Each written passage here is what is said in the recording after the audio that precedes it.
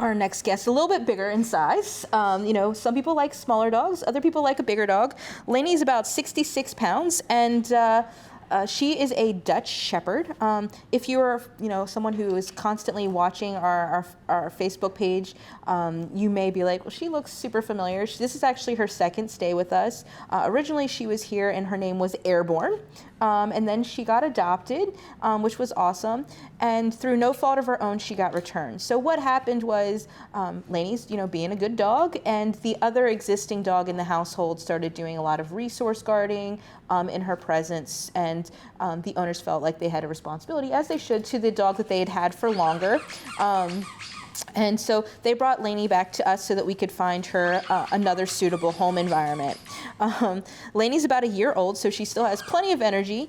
She is very trainable, but while she likes toys, or likes treats, she seems to be more motivated by play. She's highly energetic. So, some of those things that we talked about with Bella in terms of, how to deal with a dog that's pretty busy, might also be effective for Lainey.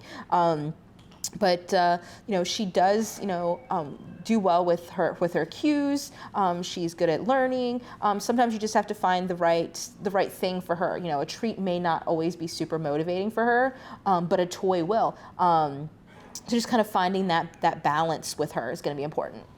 So Lainey recently attended a dog training academy. What was that all about? So we work with a dog training facility called Peaceable Paws, and they train other dog trainers. And so often when they're in need of students for their students, they will pull dogs from us. Lainey recently went to a behavior modification academy. And so some of the things that we were sending her there for were, like when she was getting handled for vet restraint, she was like, moving around a lot, not super comfortable with it. So her person was going to work with her on that. But then they also found that Lainey can be a little bit aloof, not super focused on the handler and things like that. So they also worked with her on doing some different games that can help her bring her attention and focus back to her handler.